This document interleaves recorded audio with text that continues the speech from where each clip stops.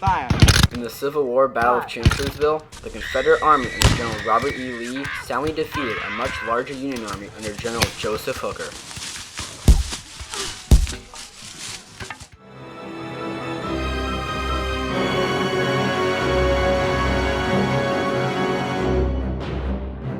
After the disastrous Battle of Fredericksburg in December 1862, the Union Army commander, General Ambrose Burnside, is replaced by General Joseph Hooker. Hooker rebuilds the Union Army of the Potomac by reorganizing the cavalry and giving the army a new set of identification badges. This, along with a more abundant supply of food, helps give the Union Army confidence after its defeat that December. The winter of 1862 to 1863 was incredibly harsh for the Confederate Army of Northern Virginia under General Robert E. Lee. In response, Lee sent most of Longstreet's corps south to gather more food for the army. This leaves Lee vastly outnumbered by the Union Army. In April 1863, General Hooker makes a plan to attack Lee's army. His plan is to send the Union cavalry under General George Stoneman around and behind the Confederate Army to disrupt Lee's means of supplies and communications. The next part of Hooker's plan is to march with almost all of his army around Lee's left flank, while keeping part of his army under General John Sedgwick in front of Fredericksburg to keep Lee's attention in that direction. On April 27th, the Union Army of the Potomac begins its march around the Confederate flank, crossing the Rapidan and Rappahannock rivers, then marching through a heavily wooded area known locally as the Wilderness. General Lee then begins to receive reports of a large body of Union troops moving on his flank. With this new threat now becoming apparent, Lee moves the greater portion of the Confederate Army of Northern Virginia west towards the Wilderness and against the Union Army. Then, on May 1st, when the lead elements of the Union Army is just leaving the Wilderness, they run into the lead elements of the Confederate Army. The Confederate troops under General Thomas Stonewall Jackson attack ferociously, suffering many casualties.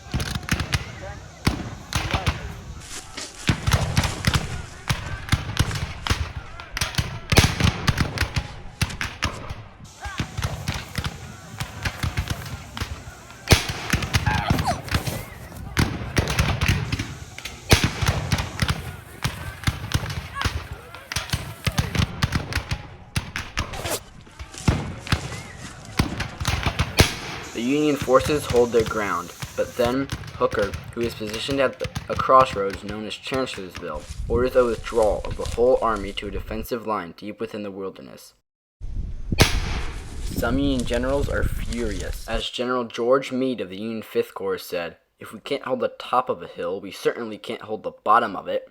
The exuberant rebels pursue. That night, General Lee and General Jackson try to find some weakness in the Union line. However, the Union line seems impenetrable, with the left flank anchored strongly against the Rappahannock River. Then, General Jeb Stuart, commander of the Confederate cavalry, arrives and reports that the Union Army's right flank is in the air, meaning that it has no natural protection. General Jackson then tells Lee that he will march his entire corps around the Union's flank and attack the extreme flank of the Union line. This will leave Lee with only 2 divisions to defend against Hooker's entire army. General Lee gives Jackson the go-ahead, and at 8 a.m. on May 2nd, Jackson's corps begins their march around the Union's flank. Partly through Jackson's march, Major General Daniel Sickles, commander of the Union 3rd Corps, notices the Confederate column moving west. He dispatches 2 of his divisions to investigate. They run into the Confederate rear guard and engage in a sharp fight.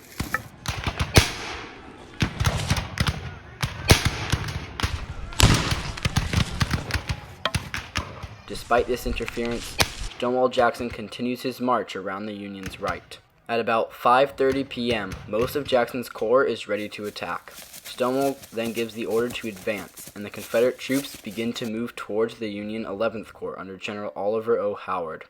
Howard's men are unsuspectingly preparing dinner without any clue of the rebels' presence.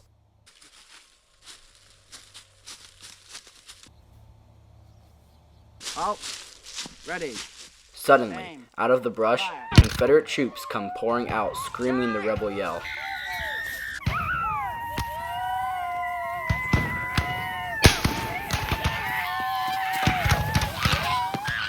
The whole Union 11th Corps panics and runs for the rear, after firing only a few shots.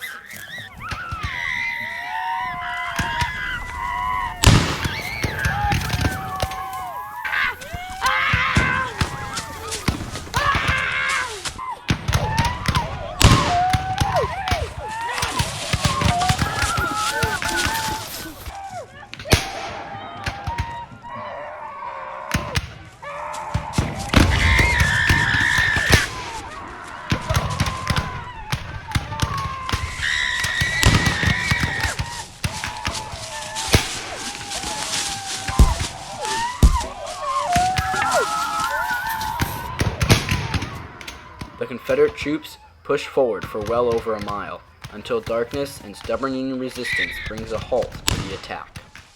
Despite the success, Jackson is not satisfied and personally goes on into the darkness to see if there's a chance of launching a night attack on the Union line. However, on the return trip, the nervous pickets of the 18th North Carolina Infantry opened fire on Stonewall's group, relieving them to the Union cavalry. Take fire! Take fire! You should have drawn men! Yankee line. Pour it into them, boys. Ready? Aim.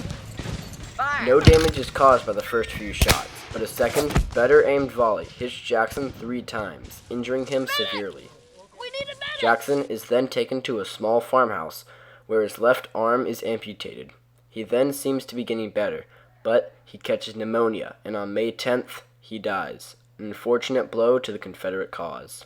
General Jeb Stuart takes command of Jackson's corps after Jackson's wounding, and on May 3rd, he joins Lee in attacking the Union line. Ready? Aim. Fire!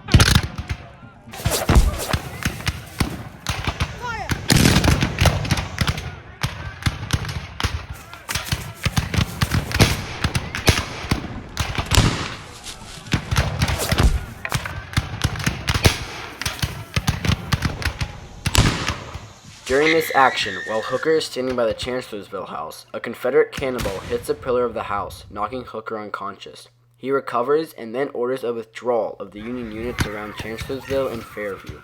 The Confederates quickly take possession of the heights around Fairview and begin to launch artillery shells into the Union lines.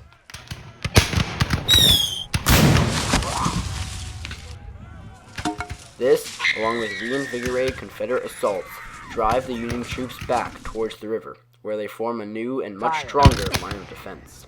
Reload.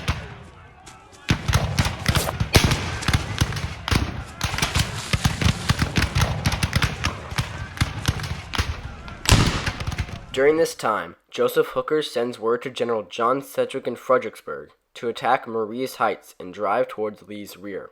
Sedgwick then launches a series of assaults on Marie's Heights. Ready? Aim! Reload.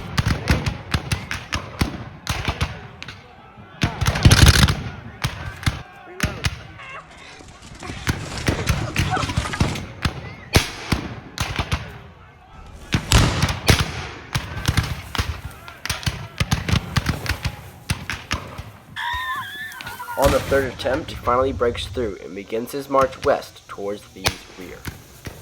Lee acts quickly, however, and begins to send troops towards the Union column. The Confederates form a defensive line around Salem Church, and on the evening of May 3rd, Union troops arrive and attack.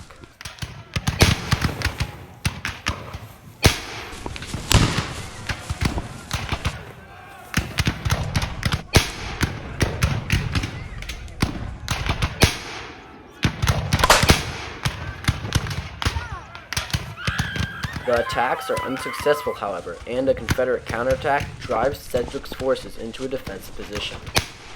The next day, May 4th, Lee attempts to destroy Sedgwick's forces, but the Confederate attacks are uncoordinated, and in the end, they fail to drive Sedgwick off.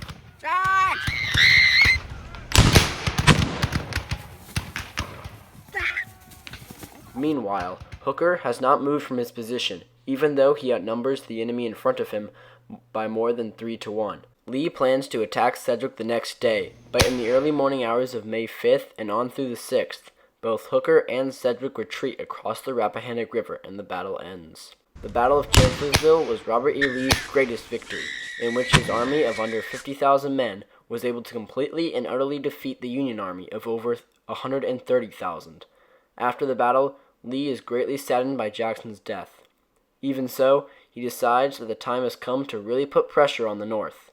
Thus, he makes a plan to invade the North, leading to the disastrous Battle of Gettysburg. Battle of Chancellorsville. Dead, Union, about 1,700. Confederate, about 1,700. Wounded, captured, and missing. Union, about 15,600. Confederate, about 11,700. Total, Union, about 17,300. Confederate, about 13,400.